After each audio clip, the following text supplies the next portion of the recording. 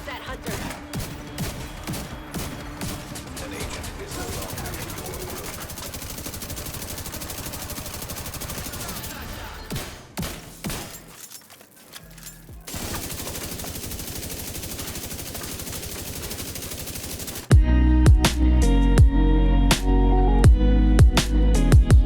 Everyone, so here's the weapon, of course, that we're going to be using for the build. It is the Dare LMG. It's got LMG damage to targets out of cover at 12%, and then this one's also got crit hit chance.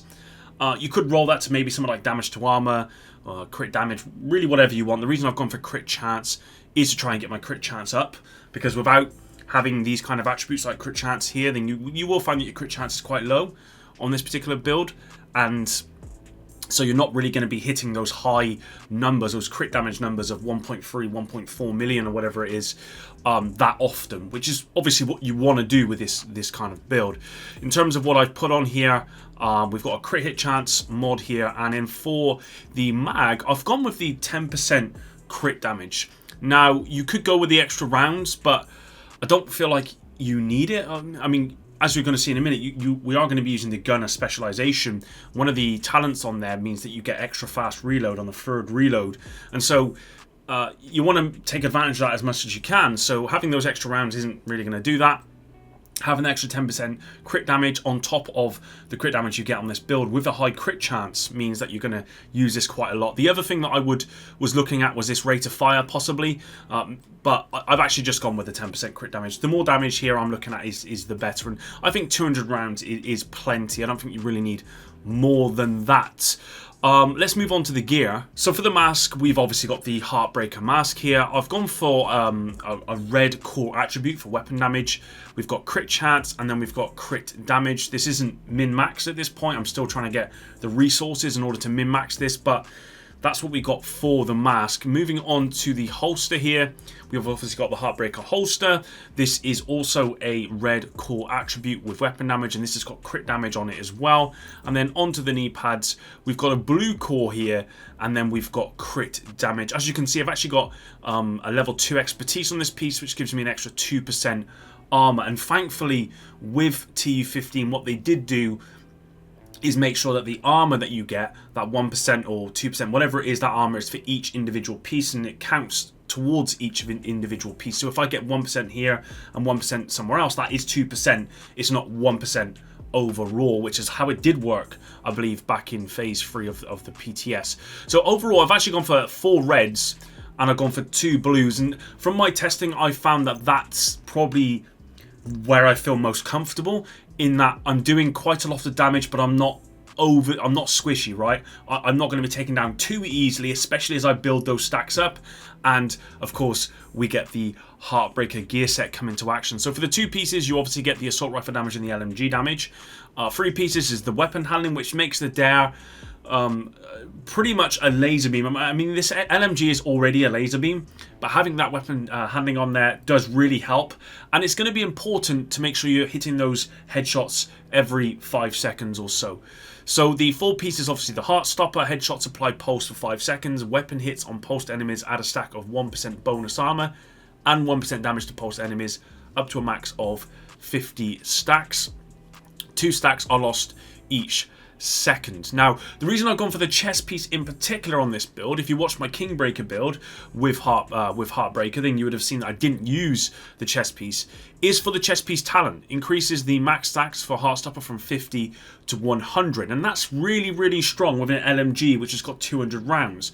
So if you're able to consistently keep those stacks up, you can have a 100 stacks, which gives you that extra 100% bonus armor and 100% extra damage to pulsed enemies, which makes this really, really strong LMG build. Let's move on, and as you can see with the attributes here, we've got crit damage and as our attribute, and then we've also got a crit damage mod on here. You can probably see a trend here. I'm trying to get as much crit chance and crit damage as I can here. Now, in terms of the gloves, I've gone for the contractor's gloves.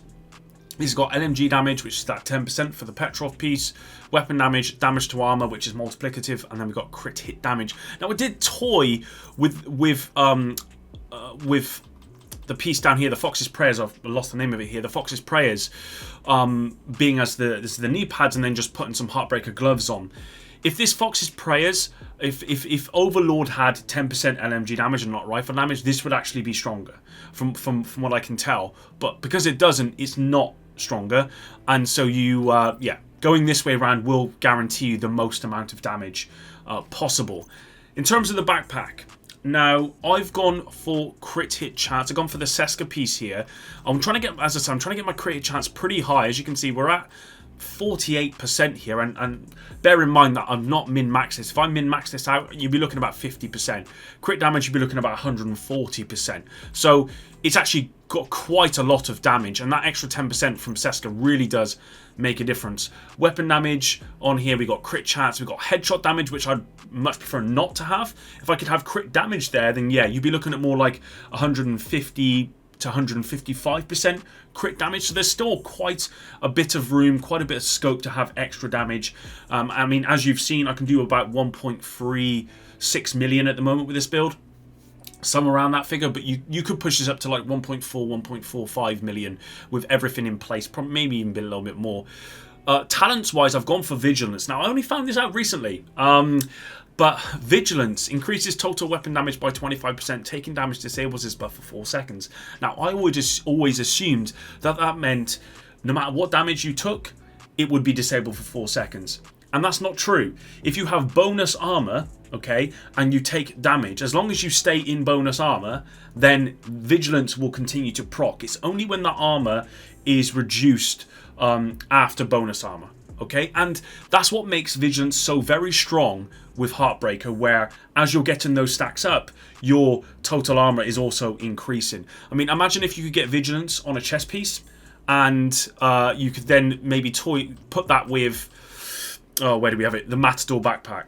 That would be insanely strong. You'd always have bonus armor, Vigilance would always be procced, and you'd be very, very strong. As is the case with this particular piece, as long as you can keep your bonus armor up, as long as you can keep your stacks up, then Vigilance will always be procced, and that's what makes Vigilance so very strong with the Heartbreaker Gear Set, and why I've decided to use it here for this particular build. Secondary weapon, I don't actually have the ACS-12, which is the fast firing shotgun, which will get your stacks up to 100 unbelievably quick. And if you see all the build videos that you're going to see on YouTube or whatever, everyone is going to say to get that. You can get the Rock and Roller or Rock and Roll shotgun at the moment. I believe it's at the DZ West vendor. I don't have the DZ credits for it, and I'm not prepared to go in the DZ to get it, the credits for it. So at the moment, I'm just using the Scorpio. This does work. It's obviously not as effective as the Rock and Roller or the ACS-12. But it does work. You will be able to get stacks up to almost 100, I believe, in maybe 2 rounds.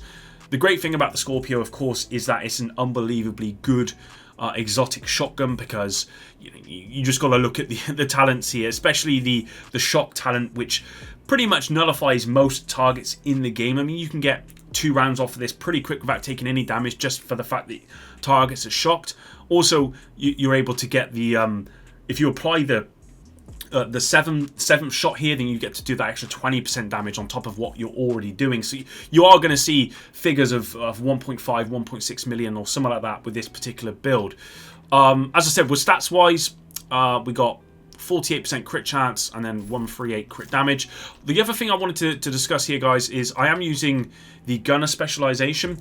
You get that 10% bonus armor on kill. Every third reload as well is a lot faster, which is obviously really important, and that's the main reason I've gone for gunner here. In terms of the skills, it's entirely up to you what you go for. I'm always running the decoy. I think the decoy is really, really good, not just in group play, but in solo play as well. Especially if you're in a bit of a sticky situation, you can throw it out and most of the attention will be diverted away from you. What I've noticed recently, guys, is that I thought the pulse actually worked with Heartbreaker, and it doesn't. At least it doesn't in the target range.